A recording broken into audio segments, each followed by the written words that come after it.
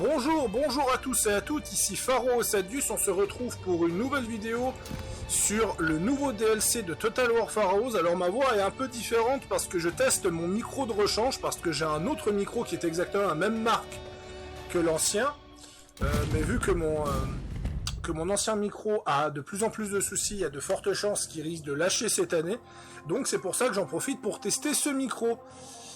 Pour voir un peu ce que ça donne. Donc, Total War Pharaoh High Tide. Le fameux DLC qui a viré gratuit à cause des polémiques sur Pharaohs, sur Warhammer 3, sur Yenas, bref, Creative Assembly est dans la sauce complet. Qu'est-ce que ça donne ? Eh ben, personnellement, je vais vous montrer. Alors, je suis actuellement en train de faire une partie. Là, je suis tout au fond de l'Égypte.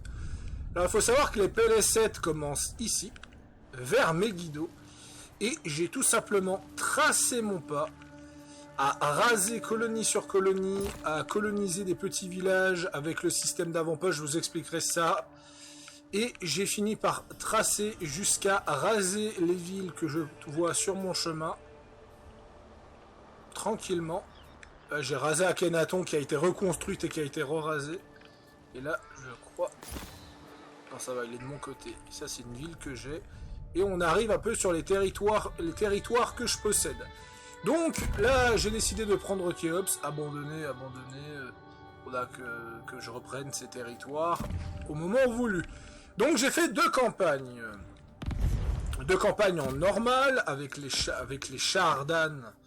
Oula, le territoire un peu bordélique. Et avec les PL7. Voir justement mes alliances, 26 colonies, 15 colonies, voilà, ça permet de voir un petit peu ce qu'on est capable de faire sur le jeu. Par avis personnel, j'ai testé uniquement du côté égyptien, donc Aton et Khéops, justement, pour voir un peu ce que ça donne, et franchement, le DLC en lui-même est hyper intéressant. On a le système de butin de guerre, qui était tout simplement le système des hordes, dans 3, qui a été intégré justement par rapport à ça. Le système est intéressant, mais le système a été complètement remanié parce qu'il y a le sédentarisme, comme c'est le cas dans Attila. Donc ça veut dire que quand vous n'avez pas de colonie, vous obtenez des récompenses maximum. Par exemple, si vous rasez une colonie tier 5, vous faites une colonie tier 5 avec de l'or, vous gagnez 2250 d'or. Et ainsi de suite. Vous obtenez des récompenses qui sont très intéressantes, avec des bonus comme par exemple de l'XP pour le général, vision sur le royaume, autorité, unité et autres. Donc c'est très intéressant parce que si vous vous sédentarisez, vous n'avez pas intérêt à tout coloniser d'un coup, peut-être de tout raser pour faire des réserves, ou d'avoir juste une base solide, comme par exemple, pourquoi pas s'installer à Chypre, et tout raser sur le chemin, pour vous éclater et ce genre de choses. Franchement, le fait qu'ils ont complètement remanié ça en se basant sur une mécanique, en général, je suis absolument contre le recyclage, et c'est d'ailleurs mes plus grandes critiques sur Warhammer 3, mais je trouve que là, c'est quand même de très très bonne qualité ce qu'ils ont fait, et je félicite le travail de Creative Assembly, de l'équipe Sophia. J'ai toujours aimé le travail de Sophia depuis le rework de Troy. Justement, j'ai trouvé les DLC de Troy qui étaient bien, mais un peu osef en termes de mécanique. Donc malheureusement, je peux pas vous dire les mécaniques propres. Justement, ça c'est le problème. Par contre, ce qui est intéressant, c'est que ces mécaniques sont partagées. Ça veut dire que vous pouvez jouer Tausert, le personnage féminin, j'arrive jamais à le prononcer correctement. Et vous pouvez choisir par exemple la voie des maraudeurs pour vous focus sur le pillage, donc vraiment c'est des mécaniques qui sont propres à chacun, voilà. La voie du peuple des mers qui est réservée au peuple des vers, étant donné que c'est une gestion horde sédentaire, ce qui aurait été un peu compliqué. Au niveau des décrets royaux, il y a des changements, donc voilà. On peut retrouver ça relativement dommage qu'ils n'ont pas fait un nouvel arbre à la Three Kingdoms pour les nouvelles factions, mais bon, soit. Les technologies changent, elles sont quand même relativement intéressantes. La possibilité de raser des avant-postes pour en prendre le contrôle, pour construire des bâtiments exclusifs, ça c'est une très très bonne mécanique à reprendre sur les autres Total War, personnellement. Je trouve que c'est vraiment intéressant, le squat des colonies. Il y a aussi une autre nouveauté, je crois que je l'ai ici, qui est le refuge de guerriers. Le refuge de guerriers, ça veut dire que les autochtones vont s'agglutiner dans la région pour former des garnisons, ce qui fait que c'est très pratique si vous voulez faire des petites garnisons sans forcément vous préoccuper de quelque chose. Je trouve vraiment que c'était une très très bonne idée de la part du studio en question.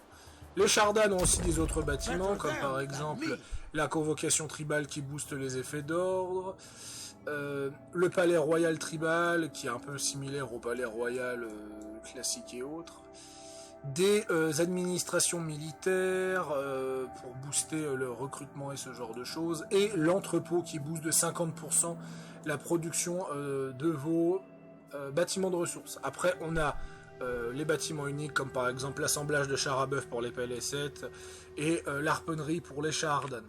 Personnellement, je trouve que le DLC est relativement bon, il apporte quand même beaucoup de mécaniques rafraîchissantes et il faut être honnête, je pourrais regarder au niveau des unités, de voir ce qu'elle apporte en termes d'unités. Là, en termes d'unités, on apporte, il y a tout ça pour les aliates, plus les unités sédentaires, plus les gardes du corps. Après, il y a des nouveautés aussi chez les peuples des mers et des peuples chez les Shardan. Donc vraiment, je pourrais pas dire parce que si le DLC coûterait 20 balles, ça ferait un peu cher quand même. Si le DLC il aurait été autour des 15 balles, je dirais qu'il valerait quand même un peu son prix. Donc c'est quand même compliqué à savoir à combien ils auraient mis le prix du DLC. En tout cas, il y a une chose qui est sûre, c'est que si on oublie le prix et qu'on parle juste de qualité, pour moi ce DLC était plus intéressant, plus original et proposait quand même plus de mécaniques variées et uniques, alors que j'ai pas tout testé, c'est ça le pire. Que les DLC de Warhammer 3, et si je compare au DLC de Three Kingdoms, je les mettrais quand même un peu en dessous de ceux de Three Kingdoms quand même. Alors que ceux de Three Kingdoms, ils étaient pas incroyables non plus.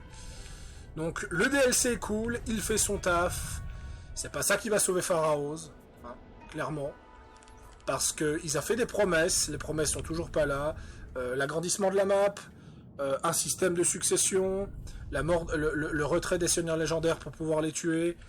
J'attends de ça pour pouvoir tester. Voilà. Je vous avais promis de faire cette vidéo aujourd'hui. J'espère qu'elle vous aura plu.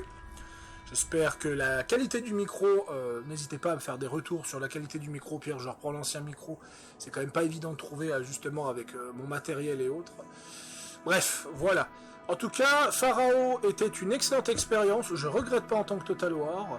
J'ai à peu près un peu moins de 100 heures sur Pharaohs. Ce qui fait qu'il se place très bien sur l'échelle des Total War. J'ai plus d'heures sur ce Total War que sur Rome 2. J'ai plus d'heures que Attila, avant que je reprenne Attila, parce qu'après avoir fini Pharaoh la première fois, j'avais repris Attila, donc maintenant j'ai 160 heures. Donc voilà, il était vraiment facilement 4e, 5e Total War le plus joué, sans compter les Warhammer qui sont plus chronophages et autres. Donc franchement, un très très bon Total War que j'ai hâte de tester en coop avec Valkania. Que j'ai hâte de tester plusieurs choses et autres. Par contre, je vais quand même en profiter pour dire une dernière chose. Les pièces de la civilisation sont toujours foireux dans ce jeu, j'ai dû les raser moi-même, et j'ai dû booster les hordes pour qu'elles puissent les raser. Il faut vraiment que Creative Assembly patche ça en normal. Allez, c'était une petite vidéo, je vous dis à la prochaine. A plus tout le monde.